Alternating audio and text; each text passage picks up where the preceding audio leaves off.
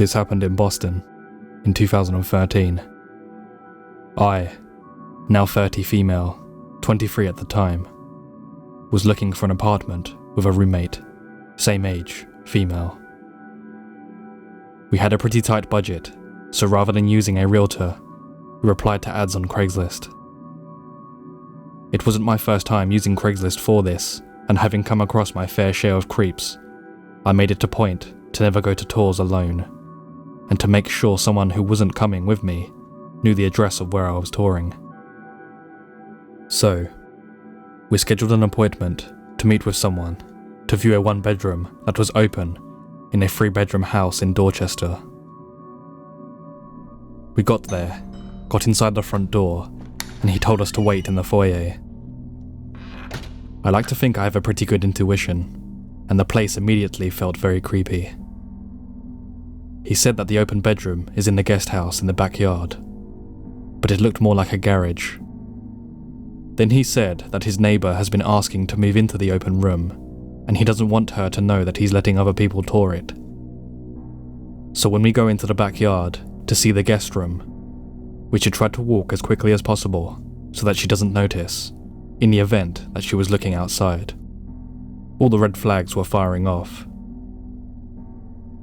Then, he told us he'd go back there first and tell us when it's okay to head over. He left. A minute or two passed, and through a window, we can see a few other guys that we didn't see before head to the garage. More red flags. Me and my roommate looked at each other, and without even having to say a word, we immediately left the foyer and walked to our car. We got in the car, locked the doors, and drove away as quickly as we could. About 5 minutes later, he called us and asked why we left. He sounded really upset, told us we wasted his time, etc. I know in my gut that he did not have good intentions, and to this day, I wonder what would have happened if we went to the tour in the garage.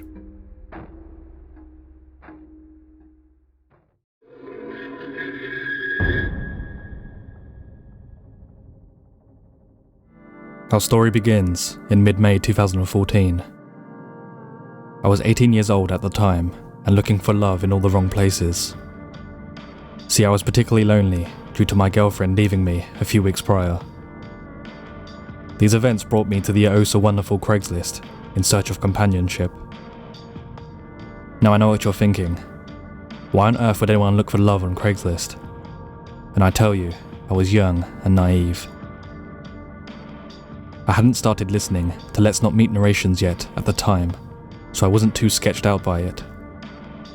I browsed through the personals ads for a while until I stumbled upon one that looked interesting. After a few emails and text messages, I agreed to go meet this woman at the Red Roof Inn in the following morning. Now, and this is important later, this woman never told me that she was a prostitute, nor did she say anything about money. Again, stupid, I know. But just to be clear, she never gave me a price, nor did I tell her I had money for her. The next morning, I got up and set off to my GED class as per usual, but took an extra long detour to the Red Roof Inn. It was a very warm but rainy day, as I recall, so by the time I had arrived at the inn, I was all soaked with sweat and rain. I made my way to her room and gently knocked on the door. When the door opened, I was greeted by a thin woman in a sports bra and short skirt. I'd say she was either in her 30s and lived a hard life, or in her 50s. Her attire should have screamed red flags, but young and dumb. She invited me in, and I asked her if I could shower off really quick. The combination of rain and sweat wasn't pleasant. I started getting undressed to hop in the shower when she walked in and started taking her top off. "No, that's okay, I won't be long," I told her. Looking back now, that decision might have just saved my life. She went back to the bed and lied down. I washed myself up, preparing to get down and dirty. I then stepped out of the shower and wrapped a towel around my waist. I walked out of the bathroom, at full mast no less, looked at her, and asked if she was ready. She sprawled out on the bed and said to me, "Donations are due up front." The words echoed in my head as I stared at the television. Shit. At this point, every single red flag that should have gone off before finally did all at once, as I now realized the situation that I was in. I stared at the television. Steve Wilkos was on, as I tried to figure out how to tell this woman I don't have any money. I turned to her and simply said, with a nervous undertone, "Actually, I'm broke." I knew I was screwed now. She got up and started screaming at me, yelling how she was straight up with me. She got up and threw my clothes and bag at me.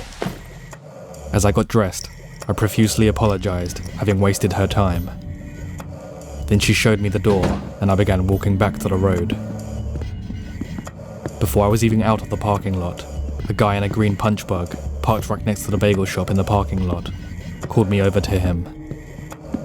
I tried ignoring him and walked past at first, until he shouted to get my attention. Now I couldn't ignore it, so I walked up to the driver's side of this guy's car, and he started talking to me. Now this guy looked really sketchy, and I figured he must be the woman's pimp, considering I just got ran out of a room. So he started talking to me, with his left arm up on his door. As I looked in the car, with his other hand, I saw he was holding a pistol. At this point, I was almost certain I was going to die. He said to me, "So why would you come here, knowing you don't have any money?" I tried to explain that I didn't know she was a hooker, but he only seemed to get more agitated. This guy then pulled his right arm out and stuck his gun a couple of inches from my face.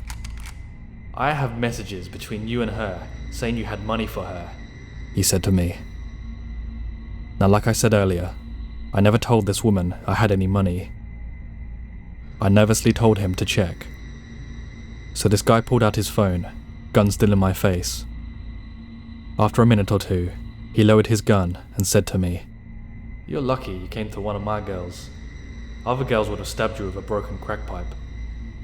I see you're pretty young, so I'll let you off with a warning this time." He then motioned me to be on my way. I slowly walked away from his car, back to the road. But you bet your ass I kept looking over my shoulder to make sure I wasn't about to be shot from behind.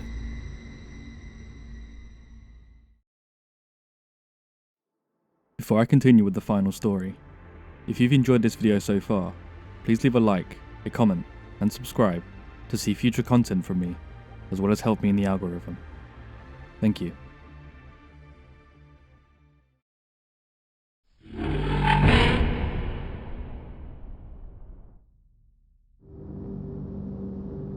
My name is Corey. C-O-R-I, not Corey with a Y, or Corey with an E-Y. A usually feminine way of spelling my name, but it didn't bother me. A few years ago, I had just been let go from my first job out of college. It had been pretty good money, but the company went under, so I started applying to every job online I could find, as you do. Indeed, Monster, even Craigslist. One Craigslist job in particular was based in the outskirts of the city I lived in, but I was ready to take anything. The job in question was some basic data entry and assistant work. At least, that had been what the job listing said. I thought it was on the up and up. However, because this was one of the few Craigslist postings that had a website attached to it, it was a pretty basic website in retrospect, but the company message seemed to make it sound like they were heavily interested in serving the city and facilitating volunteer work. Within minutes of applying, I got a response inviting me for an interview that same day, though it titled me as Miss Corey. I was going to respond to correct them, but it read that it was an automated response, so there would be no one to read it. I figured I'd just have to correct them once I got there, and again, it didn't seem like a big deal. I'd gotten this once or twice before. I drove to the location where the company website was listed, and it didn't seem too out of the ordinary. It was the second floor of a small building that was sandwiched in between a pawn shop and a phone store. I didn't think too much of it because this was a big city, and even if this was on the outskirts of the city, a job was a job. I looked up to the second floor outside and saw someone looking down at me. I couldn't make out the face, but it was a person, that much I'm sure of. I went inside of the building and took the elevator up to the second floor. I didn't find a single soul. It looked like a half-finished office floor from what I remember, with some doors opened and some locked shut, but there was simply no one to speak to, no one to inform that I was here. There was one cubicle, but one of the detachable walls had been left in another office room. There was a computer monitor in one room, but no desktop attached to it, a half-finished company banner, and a bookcase. On closer inspection of the bookcase, all the books weren't books at all, but a cardboard printing of a bunch of books stacked together. I finally had too much, and called the phone number that had been on the website, but I heard no phone ringing from where I stood. More so, the phone I called seemed to cut my call off after a ring and a half, sending me straight to voicemail. Sufficiently creeped out by now, or wondering if I'd stumbled on something I shouldn't have, I took the elevator down. As the elevator door closed, I heard someone mutter, angrily, "I thought that was a girl's name." I didn't want to stay to find out who said it. Instead, I walked right back to my car and drove back home, not even daring to look back up at the window of the floor I was sure I had been scheduled for. That very evening, out of morbid curiosity, I checked Craigslist. The posting was gone. I looked for the website. It had been disabled. To this day, I still wonder, what or who did I stumble on? My greatest regret is not calling the police about this.